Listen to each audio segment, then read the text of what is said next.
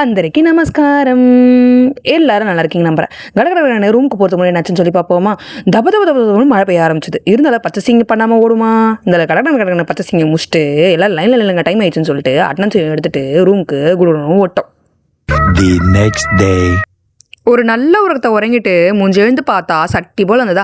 அதே குஷியோடைய பெருமாளை பார்க்க போகிறோன்னு சொல்லிட்டு ஜிங்கு ஜிங்கு ஜிங்கு ஜிங்குன்னு ரெடி ஆகிட்டு அப்புறம் நாஷலத்தையும் சாப்பிட்டுட்டு ரூமையும் செக் அவுட் பண்ணிவிட்டு அப்புறம் என்ன மக்களே டோராவின் பையன்களை மீண்டும் தொடருவா மக்களே அப்படின்னு சொல்லிட்டு கடற்கரை நடக்க ஸ்டார்ட் பண்ணிட்டோம். ஏன்னா 2 மணிக்கு தரிசன ஸ்லாட் இருந்ததுனால இப்போ கிளம்பினா தான் கரெக்டாக இருக்கும்னு சொல்லிட்டு ஒரு 11 மணிக்கு காலங்கத்தில் கிளம்பிட்டோம்.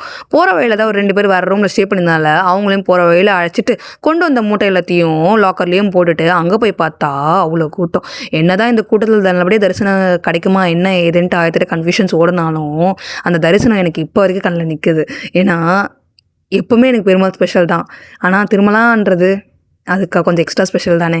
எப்பவுமே என் கூட பெருமாள் இருக்காருன்ற ஒரு ஹோப்போடையே வர மனசுலனாலும் வந்து தானே ஆகணும்னு சொல்லிட்டு அரை மனசோடையே கிளம்பி கடற்கரை ட்ரெயினையும் பிடிச்சி நல்லபடியாக வீட்டுக்கும் வந்து சேர்ந்துட்டேன்.